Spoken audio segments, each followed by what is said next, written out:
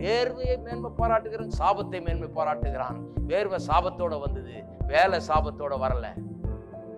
வேலை செய்யறது தப்பு இல்ல, ஆனா வேர்வையை மேன்மை பாராட்டுகிறவன் அன்னும் பலனும் நான் ஓடனாக்கும், உழைச்சனாக்கும், தேஞ்சனாக்கும், இதுல இப்படி சிறுக சிறுக சேத்தனாக்கும், இப்படி ஆனனாக்குங்கிறது அது கர்த்தருடைய ஆசீர்வாதம் இல்லை. அந்த ஓடுறத அலையிறதை விட்டு போட்டு கர்த்தர் நான் என்ன செய்ய வேண்டும் என்று என்னை வைத்திருக்கிறார்.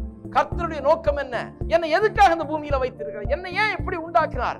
என்ன சிந்திக்கக்கூடியவனாய், செயலாற்றக்கூடியவனாய், தீர்மானிக்கக்கூடியவனாய் தேவ சாயல்ல என்னை ஏன் உண்டு பண்ணினார் என்பதை சற்று நேரம் சிந்தித்தால் வேலையெல்லாம் வலுவில்லாததாக சுலபமாக மாறும். தேவ ஒத்தாசை அனுகூலம் அங்கே கூட இருக்கும், ஆசீர்வாதமாக அது இருக்கும்.